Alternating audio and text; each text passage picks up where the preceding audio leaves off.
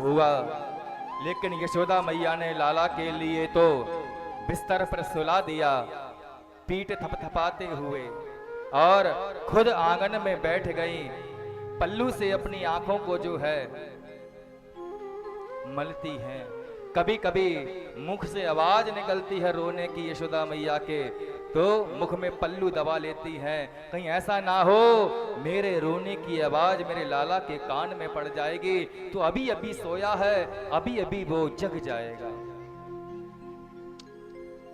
मन में विचार किया, आज लाला मेरे साथ में है, शयन कर रहा है, लेकिन कल जो है लाला मथुरा चला जाएगा, मुझे याद करेगा कि नहीं करेगा।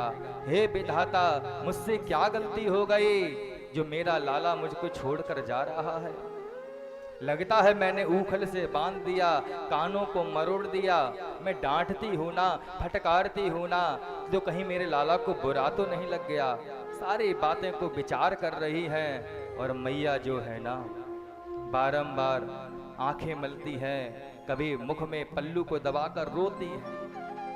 कन्हैया सो रहे हैं, आंखें जो है भर आती हैं, पोंछ लेती है, मुख में पल्लू दबा लेती है, कहीं आवाज मेरे लाला के कान में ना पड़ जाए। लेकिन लाला की आंखें खुल गईं। हाथ को उठाकर जब बिस्तर पर देखा, अपनी मां को नहीं देखा। चारों तरफ देखा, कहीं भी कक्ष में अपनी मां को नहीं देखा। कन्हैया आए और पीछे से देखा कि मैया जो है आंगन में बैठकर रुदन कर रही है, रो रही है। गसा भी ग्रहण नहीं करती, जल तक पान नहीं करती। 11 साल में ऐसा कोई दिन नहीं गया जिस दिन माँ यशोदा ने कन्हैया को अपने हृदय से ना लगाया हो, अपने हाथों से भोजन ना ग्रहण कराया हो।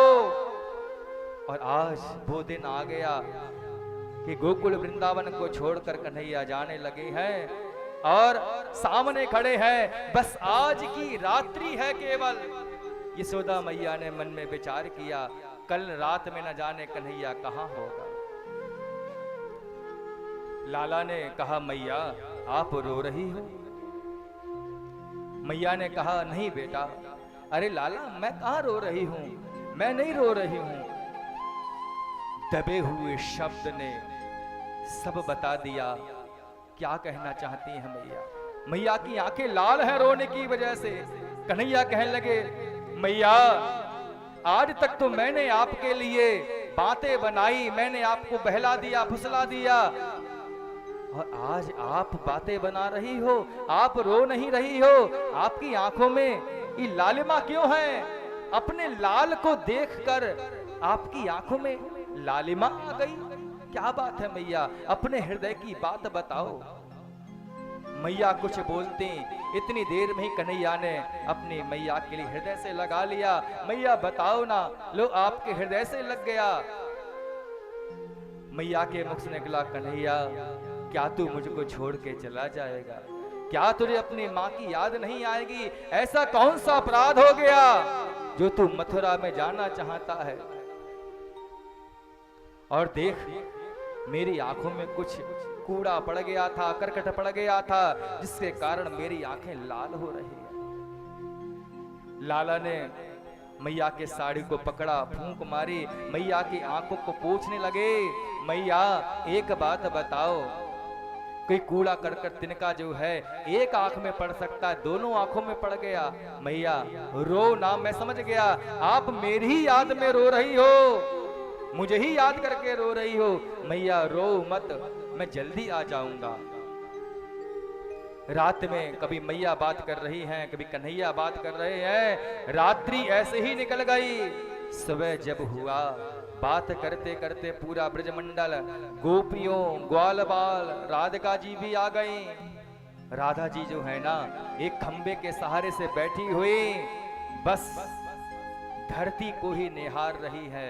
हे धरती, इतना प्रेम किया अपने लाडले से, अपने कन्हैया से, लेकिन आज वो पल आ गया कि कन्हैया मुझे छोड़ के जा रहे हैं।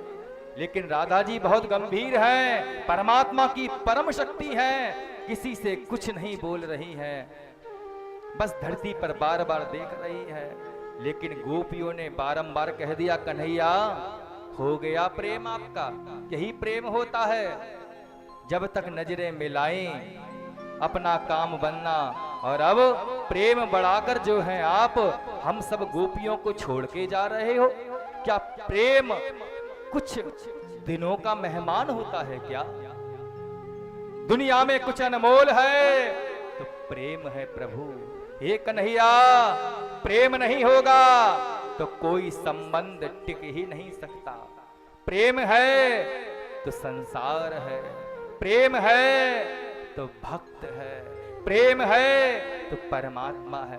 परमात्मा और भक्त के बीच के मिलने की ये डोरी है ना, जो तड़पण है ना, वह प्रेम ही तो है। मोहन नैना आपके नौका के आकार।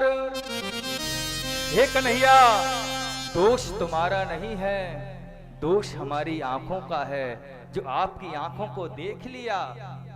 आपकी आंखें जो है ना, वो नाव के समान है, तिरछी बिल्कुल नाव होती है ना।